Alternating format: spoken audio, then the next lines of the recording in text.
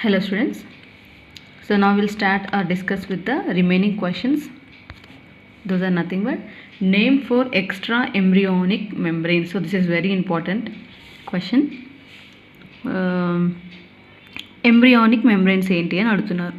Four extra embryonic membranes. So four extra membranes ఏంటి అంటే amnion, allantois, chorion and yolk sac. Okay, amnion, allantois, chorion and yolk sac. So మీరు ఎగ్ని ఎగ్జాంపుల్గా తీసుకోండి. ఒకవేళ ఎగ్ని కనుక ఎగ్జాంపుల్గా తీసుకుంటే ఎల్లో కలర్ థింగ్ ఉంటుంది కదా ఎగ్లో, దాన్ని యోక్ సాక్ అంటారు. సో తర్వాత ఈ యోక్ సాక్ అనేది డెవలపింగ్ ఎంబ్రియోకి న్యూట్రిషన్ని ప్రొవైడ్ చేస్తుంది అనమాట. అంటే కావాల్సినటువంటి పోషకాలంతా కూడా ఈ యోక్ సాక్ నుంచే వెళ్తాయి. Okay, amnion, allantois, chorion. So ఇలా మీరు చూసినట్టయితే వైట్ కలర్ లిక్విడ్ ఉంటుంది కదా, దాన్ని యామ్నియాటిక్ ఫ్లూయిడ్ అంటారు. ఓకే, సో నెక్స్ట్ పలచని లేయర్ ఉంటుంది, దాన్ని యామ్నియాటిక్ లేయర్ అంటారు. ఓకే, సో ఈ యోక్ సాక్ పైన కూడా లేయర్ ఉంటుంది. అండ్ కొరియాన్ అంటే ఏంటి అంటే ప్రొజెక్షన్స్ లాగా ఉంటాయి అన్నమాట. Okay, thin projections like thing. So projections ఉంటాయి, కొరియానిక్ వెళ్ళే అంటారు. సో ఇది డెవలపింగ్ ఎంబ్రియోకి న్యూట్రియంట్స్ అవన్నీ కూడా తర్వాత అంటే మదర్కి అటాచ్ అవ్వడానికి హెల్ప్ అవుతుంది. ఓకే, అలెంటాయిస్ వచ్చేసి ఎక్స్క్రీటరీ వేస్ట్ మెటీరియల్ని బయటికి తీసేయడానికి అక్కడ స్టోర్ చేసుకుంటుంది అనమాట, ఎక్స్క్రీటరీ వేస్ట్ని. ఓకే, సో అలా 4 ఎక్స్ట్రా ఎంబ్రియానిక్ మెంబ్రెయిన్స్ ఉంటాయి డెవలపింగ్ ఎంబ్రియోలో. అంటే పిండస్థ దశలో ఈ 4 స్తరాలు లేయర్స్ అనేవి ఉంటాయి అన్నమాట. ఏంటంటే అది amnion, allantois, chorion and yolk sac. So this is very important question. Next, what are Jacobson's organ? Which is their function? What is their function? Sorry. So these are generally olfactory structures. అంటే స్మెల్ని పసిగట్టేటువంటి structures అనమాట. So these specialized olfactory structures present in the nasal cavity of reptiles are called as Jacobson's organs. These are highly developed in lizards and snakes. So snakesలో, lizardsలో జనరల్గా ఇవి develop అయి ఉంటాయి. So these are present in the nasal cavity. Okay, అంటే nose రీజన్లో ఉంటాయి olfactory structures, అంటే స్మెల్ని పసిగట్టేటువంటి స్ట్రక్చర్స్ అనమాట. సో ఇవి ఎక్కడ ఉంటాయి? లిజర్డ్స్లో, స్నేక్స్లో. Okay, so Jacobson's organs are the olfactory structures which are present in the nasal cavity. Okay, of reptiles అంటే సారిస్ట్రోపాలు, అంటే లిజర్డ్స్, స్నేక్స్ ఇవన్నీ కూడా రెప్టైల్స్ కదా. So even this is very important question. And what are pneumatic bones? How do they help birds? So బర్డ్స్లో నేను already చెప్పాను, అంటే ఎగరడానికి ఉపయోగపడేటువంటి బోన్స్ ఏర్పరచుకుంటాయి అని చెప్పేసి. So these are nothing but hollow long bones with air cavities present in the endoskeleton of the birds are called pneumatic bones. So ఆ bone లోపల ఎయిర్ క్యావిటీస్ ఉంటాయి, ఎక్కువ శాతం బరువుగా ఉండవు అనమాట. హాలో, సో లోపలంతా కూడా స్పేస్ ఉండి ఆ క్యావిటీస్లో ఎయిర్ నింపబడి ఉంటుంది అనమాట. సో అలాంటి బోన్స్ ఉంటాయి అన్నమాట. ఆ బోన్స్ని న్యూమాటిక్ బోన్స్ అంటారు. ఎక్కడ ఉంటాయి ఇవి? బర్డ్స్లో. Okay, and these bones are the major flight adaptations or aerial adaptations. జనరల్గా ఎగరడానికి ఉపయోగపడేటువంటి స్ట్రక్చర్స్ అనమాట. Okay, and they reduce the density of the body and facilitates flight. So body యొక్క వెయిట్ని తగ్గిస్తాయి, అట్లనే ఎగరడానికి ఉపయోగపడేటువంటి బోన్స్ అనమాట. ఓకే, ఎయిర్ సాక్స్తో నింపబడి ఉంటాయి, అంటే ఎయిర్ గ్యాప్స్ ఫుల్ ఎయిర్తో నింపబడి ఉంటుంది అనమాట ఆ bones. That is also very important. And what is wishbone? ఇది కూడా ఇంపార్టెంటే. What are the skeletal components that form it? So wish bone అంటే ఏంటి అని అడుగుతున్నారు. సో ఈ విష్ బోన్కి ఇంకో పేరు మేరీ థాట్ బోన్ అని కూడా అంటారు. సో బర్డ్స్లో జనరల్గా ఫర్కులా అనేటువంటి బోన్ ఉంటుంది.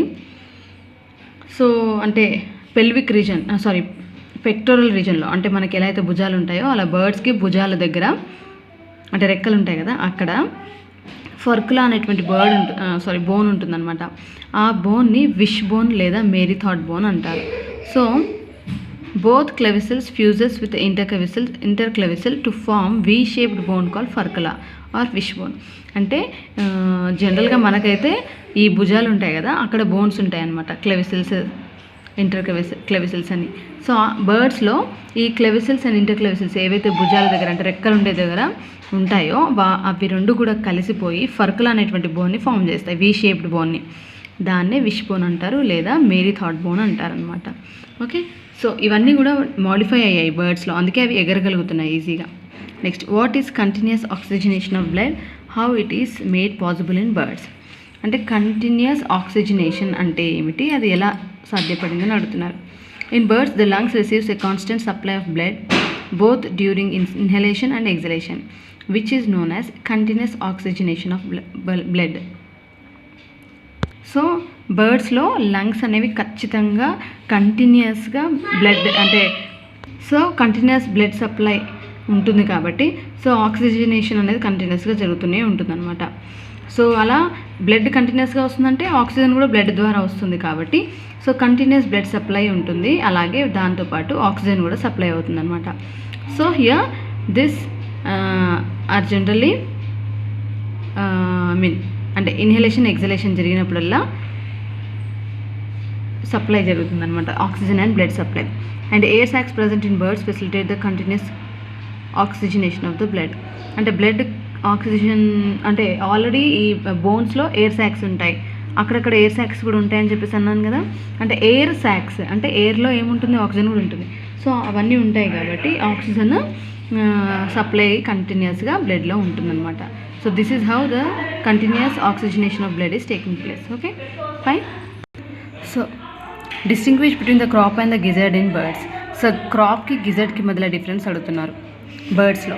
క్రాప్ అంటే స్టమక్ ఎలాగ ఉంటుందో బర్డ్స్లో క్రాప్ అలాగనమాట. గిజర్డ్ అంటే ఇది గ్రైండింగ్ మిల్ లాగా పనిచేస్తుంది, will see. So crop, the oesophagus of birds is dilated into a crop, dilated like a sac structure. It stores the food. So oesophagus అనేది పొడవాటి ట్యూబ్ ఉంటుంది కదా, ఆ పొడవాటి ట్యూబ్ నార్మల్గా ఇలా సాక్ లాగా మారి ఓకే ఉంటుంది, దాన్ని క్రాప్ అంటాం అనమాట. ఇక్కడ ఫుడ్ అనేది స్టోర్ అవుతుంది. మనకి ఎలా అయితే స్టమక్కో ఇక్కడ బర్డ్స్లో ఈ క్రాప్ అలా పనిచేస్తుంది అనమాట. Next gizzard. ఈ క్రాప్ తర్వాత చిన్న బాల్ లైక్ స్ట్రక్చర్ ఉంటుంది, modified muscular part of the stomach. It grinds the food. So ఈ క్రాప్ పొడవాటి ట్యూబ్ నుంచి సాక్ లాగా ఫామ్ అయ్యి తర్వాత ఒక చిన్న రౌండ్ లాంటి స్ట్రక్చర్ ఉంటుందన్నమాట. ఓకే, ఆ మస్కులర్ పార్ట్ ఏదైతే ఉందో అది స్టమక్ లాగా అంటే మాడిఫైడ్ స్టమక్ లాగా పనిచేసి ఫుడ్ని డైజెస్ట్ చేస్తుంది, గ్రైండ్ చేస్తుంది అనమాట. Okay, crop is nothing but it is the oesophagus of birds is dilated into a crop.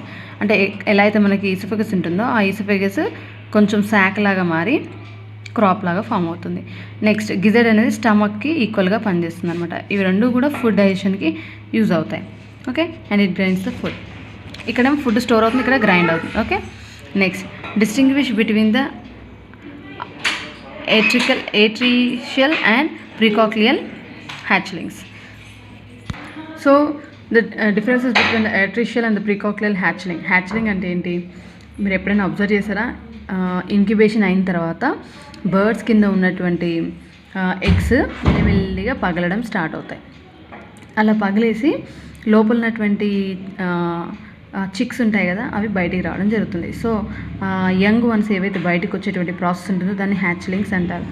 So artificial and ప్రికాక్లియల్ hatchlings అంటే ఏంటి అని అడుగుతున్నారు. సో ఆర్టిఫిషియల్ హ్యాచ్లింగ్ అంటే ఏంటి అంటే ఇది జనరల్గా కార్నిటే బర్డ్స్లో జరుగుతుంది. కార్నిటే బర్డ్స్ అంటే ఏంటి, ఫ్లయింగ్ బర్డ్స్, ఎగిరేటువంటి పక్షులు ఉంటాయి కదా, దాంట్లో ఇలాంటి టైప్ ఆఫ్ హ్యాచ్లింగ్ జరుగుతుంది. నెక్స్ట్ ప్రికాక్లియల్ హ్యాచ్లింగ్ అంటే ఏంటి, సో ఇలాంటి హ్యాచ్లింగ్స్ జనరల్గా రాటిటీ బర్డ్స్లో జరుగుతుంది. రాటిటీ అంటే ఏంటి, ఫ్లైట్లెస్ బర్డ్స్, ఎగరలేనటువంటి బర్డ్స్ ఉంటాయి కదా పక్షులు, ఆ ఎగరలేనటువంటి బర్డ్స్లో జనరల్గా ప్రికాక్లియల్ హ్యాచ్లింగ్ జరుగుతుంది అనమాట.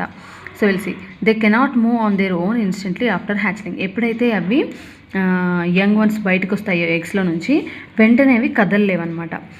కదలలేనటువంటి ఆ యంగ్ వన్స్ని హ్యాచ్లింగ్స్ని ఆర్టిఫిషియల్ హ్యాచ్లింగ్ అంటారు. సో పీకాక్లియల్ హ్యాచ్లింగ్ అంటే ఏంటి, అవి పుట్టగానే అవి కదులుతాయి అన్నమాట. They can move on their own instantly after హ్యాచ్లింగ్.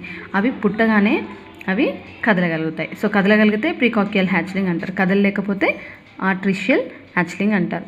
So ఇది జనరల్గా ఫ్లైట్లెస్ బర్డ్స్లో కనిపిస్తుంది. ప్రీకాక్లియల్ హ్యాచ్లింగ్ వచ్చేసి కార్నిటే బర్డ్స్ అంటే ఏంటి, ఫ్లయింగ్ బర్డ్స్. సో ఆర్టిఫిషియల్ హ్యాచ్లింగ్ వచ్చేసి ఫ్లయింగ్ బర్డ్స్లో అంటే ఎగిరేటువంటి పక్షుల్లో. సో ప్రీకాక్లియల్ హ్యాచ్లింగ్ వచ్చేసి ఫ్లైట్లెస్ బర్డ్స్లో అంటే ఎగరలేనటువంటి పక్షుల్లో ఇలాంటి హ్యాచ్లింగ్స్ కనిపిస్తాయి. అవి పుట్టగానే కదులుతాయి కానీ ఎగరలేవు. ఇవి పుట్టగానే కదలలేవు బట్ ఎగురుతాయి. ఓకే, ఆపోజిట్ అనమాట. Okay, next, in which group of animals do we find 3 ear ossicles on each side and what are their names from the innermost to the outermost? So లోపల నుంచి బయటికి ఉన్నటువంటి ear ossicles ఉంటాయి కదా, అవి ఏంటి అని అడుగుతున్నారు. ఇది ఇంపార్టెంట్ క్వశ్చన్. సో ఇక్కడ మీకు మెన్షన్ చేయలేదు, ఇవన్నీ కూడా important questions, precocial, altricial. So please focus on all these questions. Next, so 3 ear ossicles ఏంటి అంటే మేలియస్, ఇన్కస్ అండ్ స్టేపిస్. ఈ 3 కూడా మేలియస్, ఇన్కస్, స్టేపిస్. ఇవన్నీ కూడా చెవిలో ఉండేటువంటి లోపల ఇంటర్నల్ ఇయర్లో ఉండేటువంటి చిన్న చిన్న బోన్స్ అనమాట. Malleus, incus, stapes. So inner most, outer most respectively. ఇది లోపల ఉంటుంది, దాని తర్వాత ఇది మేలియస్, ఇన్కస్, స్టేపిస్. ఈ 3 లైన్గా ఇలా ఉంటాయి అనమాట. అంటే లోపల మేలియస్, తర్వాత దాన్ని చుట్టుకొని ఇన్కస్, తర్వాత స్టేపిస్, అలా 3 బోన్స్ ఉంటాయి చిన్న చిన్నవి. సో ఇది జనరల్గా మ్యామల్స్లో కనిపిస్తుంది అనమాట. సో మ్యామల్స్లో మిడిల్ ఇయర్లో కనిపిస్తుంది with all 3 ear ossicles. So మ్యామల్స్లో మిడిల్ ఇయర్లో ఈ 3 ఇయర్ ఆసికల్స్ కనిపిస్తాయి. అవి ఏంటంటే మేలియస్, ఇన్కస్, స్టేపిస్. సో ఇక 2 క్వశ్చన్స్ అడిగినప్పుడు మీరు ఎప్పుడైనా 2 ఆన్సర్స్ రాయాలి, అప్పుడే మీకు 1 మార్క్ వేస్తారు. సో ఒకటి రాసాం కదా అయిపోయింది అనుకోవద్దు, 2 ఆన్సర్స్ రాయాలి. మ్యామల్స్లో కనిపిస్తుంది మిడిల్ ఇయర్లో, అండ్ 3 ఏంటవి ఇన్నర్ మోస్ట్, అవుటర్ మోస్ట్ అని అడిగారు. సో మేలియస్ ఫస్ట్ ఉంటుంది, తర్వాత ఇన్కస్, తర్వాత స్టేపిస్. ఈ 3 కూడా చిన్న చిన్న బోన్స్ అనమాట. ఓకే, సో వాటిని ఇయర్ ఆసికల్స్ అంటారు. Fine. How does a mature RBC of the mammal differ from that of a other vertebrates? So in mammals mature RBC are circular and biconcave. So biconcave అంటే ఏంటి? 2 వైపులా ఇలా ఉంటుంది, అంటే ఇటు biconcave షేప్లో ఉంటుంది. నెక్స్ట్, అండ్ న్యూక్లియస్ అనేది ఉండదు. Whereas nucleated RBC are present in other vertebrates. Only మ్యామల్స్లో మాత్రమే రౌండ్గా బైకాన్కేవ్ షేప్లో న్యూక్లియస్ లేనటువంటి ఆర్బీసీ ఉంటాయి. కానీ వేరే మ్యామల్స్ అని వేరే వర్టిబ్రేట్స్లో చూసుకున్నట్లయితే న్యూక్లియస్ ఉన్నటువంటి ఆర్బీసీ కనిపిస్తుంది. ఓకే, ఇక్కడ న్యూక్లియేటెడ్, ఇక్కడ న్యూక్లియేటెడ్, అంటే న్యూక్లియస్ ఉండదు మ్యామల్స్లో. ఆర్బీసీలో mature RBC of mammal doesn't have nucleus. వేరే అదర్ వర్టిబ్రేట్స్, వేరే వర్టిబ్రేట్స్ ఉన్నాయి కదా, దాంట్లో న్యూక్లియస్ అనేది ఉంటుంది, ఆర్బీసీలో న్యూక్లియస్ అనేది ఉంటుంది అనమాట. So that is the difference. How does a next, name the characteristic type of vertebrate found in reptiles, birds and mammals. So vertebrae ఎలా ఉంటుంది అని అడుగుతున్నారు. సో రెప్టైల్స్లో procoelous type of vertebrae are seen, బర్డ్స్లో heterocoelous, and మ్యామల్స్లో amphiplatyan or acoelous type of acoelous type of vertebrae are seen. అంటే vertebrae shape అనమాట, వెన్నుపూసల యొక్క షేప్ని బట్టి పేర్లు ఇవ్వడం జరిగింది. Procoelous, heterocoelous, amphiplatyan or acoelous type అంటారు. రెప్టైల్స్ అంటే లిజర్డ్స్, స్నేక్స్ ఇవన్నీ వస్తాయి. బర్డ్స్ అంటే తెలుసు కదా మీకు, ఏవ్స్. మ్యామల్స్ అంటే క్షీరదాలు, milk producing animals. So this is about the vertebrae in different animals. Next, ఇది కూడా చాలా important. Name the 3 meninges in which group of the animals do you find all of them. So meninges అంటే ఏంటి? బ్రెయిన్ని cover చేసేటువంటి layers అనమాట.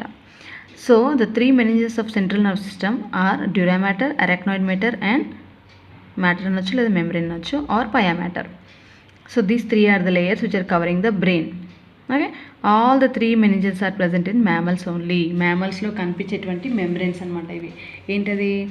Dura matter, arachnoid matter and pia matter. ఈ 3 కూడా చాలా ఇంపార్టెంట్ క్వశ్చన్. బ్రెయిన్ని సరౌండ్ చేసేటువంటి 3 లేయర్స్ ఏంటి అంటే dura matter, arachnoid matter and or membrane, and pia matter or pia membrane. Okay, all the 3 meninges are present in the mammals only. Mammals అంటే ఏంటి? Milk producing animals అని చెప్పాను కదా. So ఆ మిల్క్ ప్రొడ్యూసింగ్ యానిమల్స్లో ఈ 3 meninges ఖచ్చితంగా కనిపిస్తాయి అన్నమాట. Next, name the vertebrate group in which renal portal system is absent. Renal అంటే కిడ్నీస్, పోర్టల్ సిస్టమ్ అంటే హార్ట్కి, కిడ్నీస్కి డైరెక్ట్గా సప్లై ఉంటుంది అంటే బ్లడ్ సప్లై. సో అలా డైరెక్ట్ సప్లై హార్ట్ నుంచి ఉండేటువంటి సిస్టమ్ని రీనల్ పోర్టల్ సిస్టమ్ అంటాం. So here the renal portal system is absent in subphylum vertebrae of the class Cyclostomata and Mammalia. ఈ రెండిట్లలో రీనల్ పోర్టల్ సిస్టమ్ అనేది ఉండదు.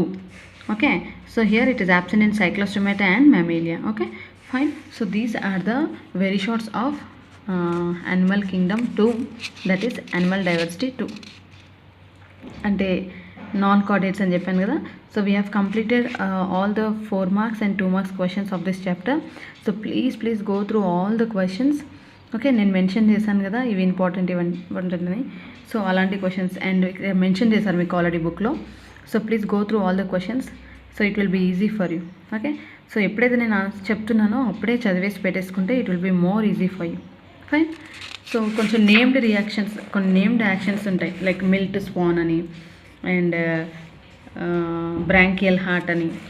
ఇక్కడ branchial heart, 4 extra embryonic membrane, Jacobson's organ, pneumatic bones, ఇలా విష్ బోన్, ఇలాంటి పేర్లు ఉన్నటువంటి golden ages of first jawed fishes, vertebrates. Next name the structures that appeared for the first time in amphibians, ఇలాంటివి. Okay, heart of amphibians differ from that of the reptiles అది. So male and female ఫ్రాగ్స్కి differences, ఇలాంటి క్వశ్చన్స్ని please go through all these questions. So it will be very very important. Okay, 4 marks క్వశ్చన్లో చూసుకున్నట్లయితే notochord. So 4 extra characteristics that define the hallmark characteristics of chordates. Okay, hallmark characters ఉన్నాయి కార్డేట్స్లో, అది. And కార్డేట్స్కి non కార్డేట్స్కి మధ్యలో differences. So cartilaginous bony fishes, sea squids and lancelets గురించి. So అలా and reproductive system in cockroach. So అలా characteristics ఉన్నాయి కదా, ఆంఫిబియన్స్, రెప్టైల్స్, మ్యామల్స్. సో వాటన్నిటి గురించి ఒకసారి చదవండి. ఓకే, ఇలా యూథీరియన్స్లో డెఫినేషన్, డెంటిషన్, ఎండోస్కెల్టన్, ఇలాంటి క్వశ్చన్స్ కూడా అడుగుతారు. Vivid ప్యారస్ fish. సో ఇలాంటి క్వశ్చన్స్ కూడా కొన్నిసార్లు అడిగిన సందర్భాలు ఉన్నాయి కాబట్టి so please go through all the questions. Okay, మెయిన్గా ఇంపార్టెంట్ పైన ఇంకెక్కువ ఫోకస్ చేయండి. Fine, thank you.